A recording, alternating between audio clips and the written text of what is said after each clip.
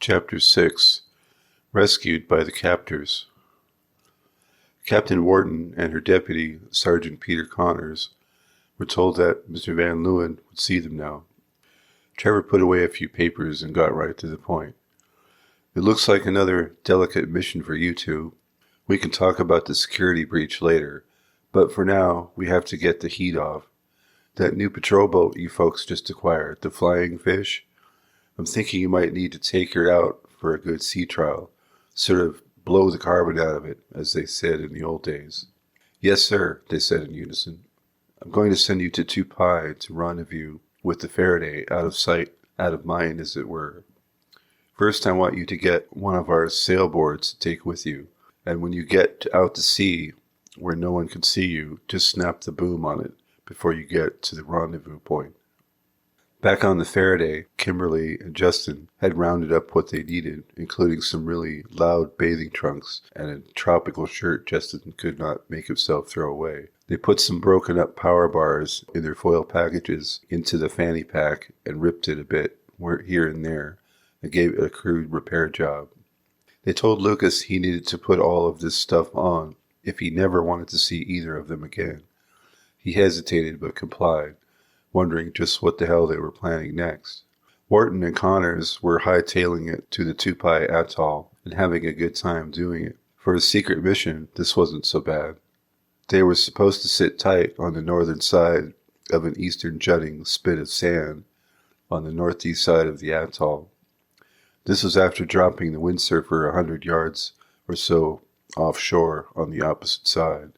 After a signal from the Faraday, they were to cruise around the tip of the atoll. About half an hour before dropping off Lucas, Justin thought something was missing with this picture. How much more trouble could they be in anyway? He conferred with Captain McDonough, and she reluctantly agreed. Lucas was standing there in his trunks, life vest, and the whole getup. Now I want you to put these sunglasses on and go into the shower area. He slowly complied, and the door shut behind him. Hit it, Justin, the captain said, and Justin snapped on the UV lighting. They told the ship's computer to set it for just a mild burn.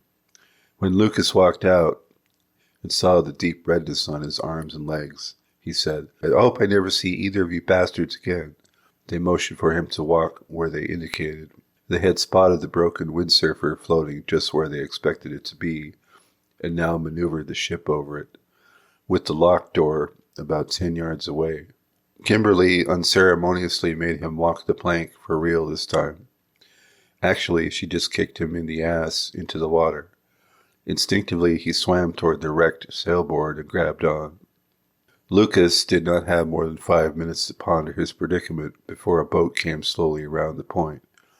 Then more quickly, once they spotted him. Of course, there was absolutely not another soul around. Wharton and Connors maneuvered the Flying Fish up close to the wreckage and the survivor. They offered help, but he climbed aboard the ladder under his own power, swearing under his breath. Connors left him there with Wharton as he gathered up the windsurfer with the boat hook. Wharton had to almost force him to drink some water. Even though she knew the underlying plan, she had to make it look good. The same went for Connors. There was a village on the other side of the island. His sunburn would be a good excuse to drop him off there rather than having to take him in themselves. With luck, they would get by with just a few questions from the authorities.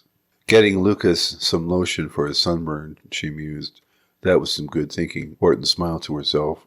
Lucas was silent as they pulled away to the north again and west to the other side. Connors was on the comms already, reporting to the Coast Guard what had taken place and that they were en route to the village. When they pulled into the dock, an ambulance was already waiting.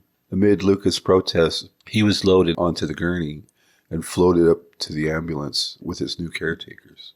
Where do you want to do this? Asked the Coast Guard captain. How about the beach bar over there? Said Wharton, while leading the way. Captain Laurent Giraud was already happy that the Coast Guard was not going to be leading a fruitless search for the next 3 weeks. Normally, he didn't think much of corporate security. He thought of them just as rent-a-cops. But the VLC people were always professional and had a lot of nice benefits. It was something to consider upon retirement at 45. So you were taking the flying fish out for a spin, as you Americans say, no? Asked Giroux. That's right, Captain, Chief Wharton said. We've had a few of this new model patrol boat for a few weeks, and we wanted to see if it lived up to the advertising. You never know when you might need that extra boost to beat the bad guys, right? Giroux was thinking. This Chief Wharton was attractive, and so was the flying fish. I have to admit that we're a bit jealous. We have been trying to requisition some of the new pursuit boats for some time. How does she handle? Chief Wharton replied, Oh, she handled quite well, sir. The hydroplanes certainly do help. The captain continued. So did your passenger say much about how he ended up so far away from Taha'a? Peter piped. Is that where he came from? He didn't say anything to us, really. He just groaned a lot, complained about his sunburn. Yes, Giroux continued. As far as we know, that is where he came from. The windsurfer has identifying labels from the VLC employee recreation area. You know, a VLC employee went missing sometime last week, and he fits the initial description.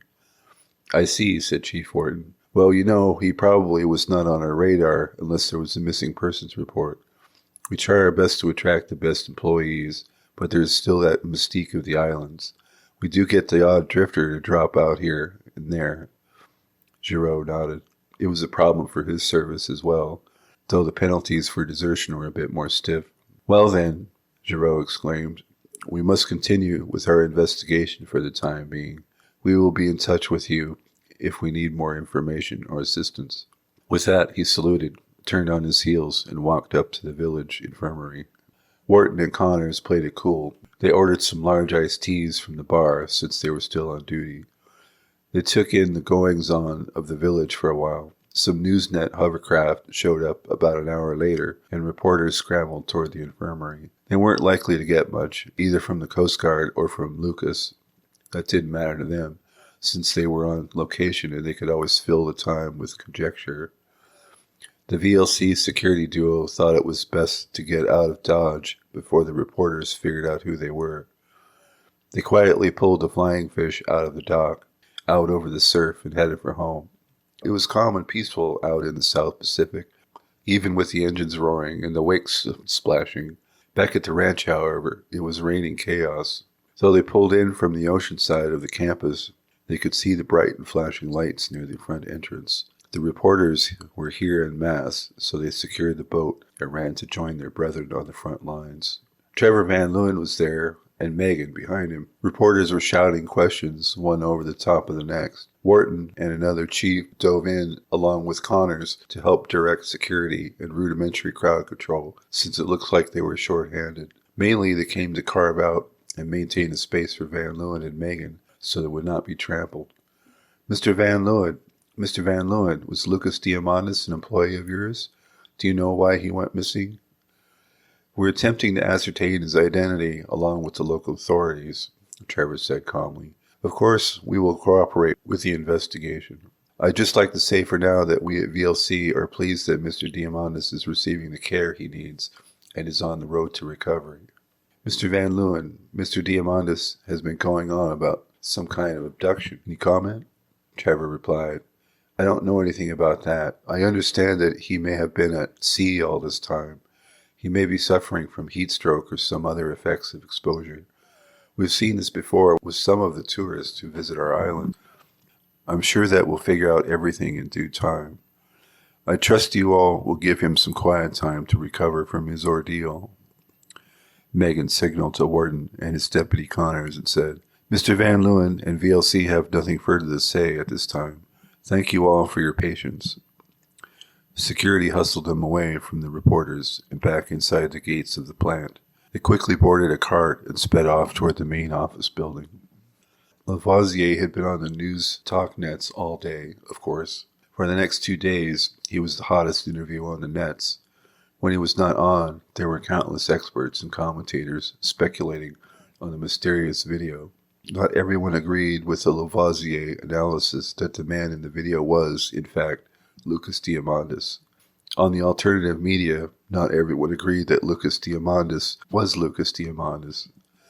Nor did his alleged story of alien abduction jive with all the other stories of alien abduction. How did he explain the sunburn or the fact that he was several kilometers out to sea with a company windsurfer? In his own video appearances with his now famous ambulance-chasing lawyer, Michael Duesenberg, he was hindering his own credibility. Many just thought he was another hustler trying to sue someone with deep pockets. Trevor Van Leeuwan ignored the threats of lawsuits and simply let everyone know that Lucas could continue to live in his company-provided bungalow for another 3 months while he recovered, and remained on administrative leave. He was feeling more confident that his family's and his company's reputation would survive this one. After a week had passed, Lavoisier was getting less and less time in the media. Even his campaign was getting shaky. Connecting one of his citizens with some kind of alien abduction did not make him appear all that stable once the pundits started picking it apart. Moreover, they started digging into Lavoisier's record a lot more deeply than he appreciated. Lavoisier had taken the forensics team to task over the video. They had cautioned him before, but he went off half-cocked, making claims about it. What they danced all around at the press conference was that they were 90% sure Diamandis was the man in the video. They also told him that other forensics teams would likely feel the same way, but would they say so? No. They valued their careers too much. As for the craft behind the blue ionization field, they had nothing to compare it to.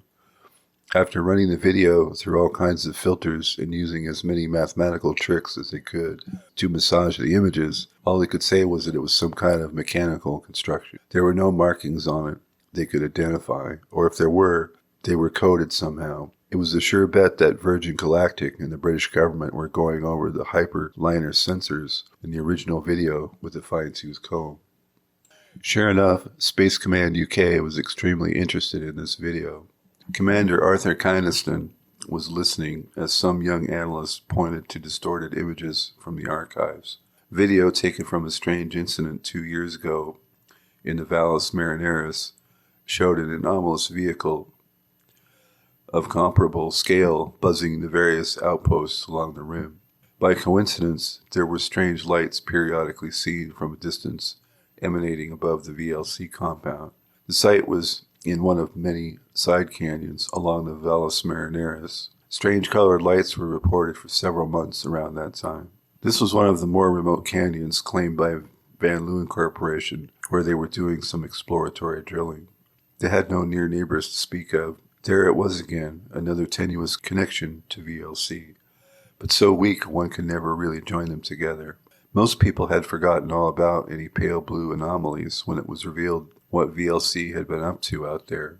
After a few years of exploration, reams of gravimeter data, magnetic anomaly data, GPR, and seismic testing, VLC had struck oil on Mars. Everyone just assumed they were looking for water, and that was found too, but oil and gas was a completely different animal. Oil was going to change Mars for hundreds of years.